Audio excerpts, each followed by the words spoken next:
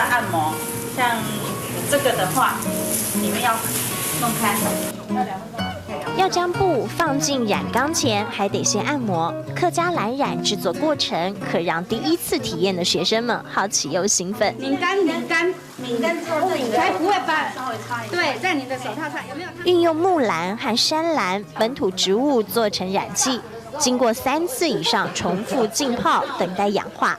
染布吸收水分之后，才能算是完成。是传统产艺，它是要往下扎根，所以说它就把这个空间挪出给工作者来给大家做一个 DIY， 这样子传承下去。为延续特有的蓝染技术，工作坊的老师们不厌其烦，每个周末假日固定到这里报到，就为了能够让更多游客有学习做蓝染的机会。花1个早上完成蓝染，肚子也饿了吧？同一条路上，郭老板开的传统客家小吃店，不仅有道地客家菜，还有他对料理的创意想法。大火快炒，郭老板独家制作的炸鱼蛋，是将客家传统结酱和9层塔混搭成酱汁，吃起来酸酸甜甜，别具风味。而这一道有客家凉面之称的凉板条，更获得了客家料理美味冠军。因为我们客家吉酱而来调配，跟芝麻酱，我们自制的芝麻酱而来调配而成的，所以这样的互相的搭配之下，是非常搭配的一道未来的客家的创意料理。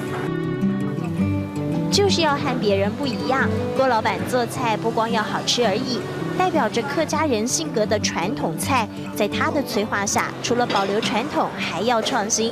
吃饱喝足，三峡的老街美景也该去绕绕。优美的琴声回荡在红砖瓦相连的古建筑间，这是三峡之美。染布上的蓝在工作坊里慢慢绚烂，凉板条的口感在郭老板的厨艺中逐渐升华。老街里牛角面包的叫卖声好不热闹，午后的悠闲在三峡客庄精彩丰富。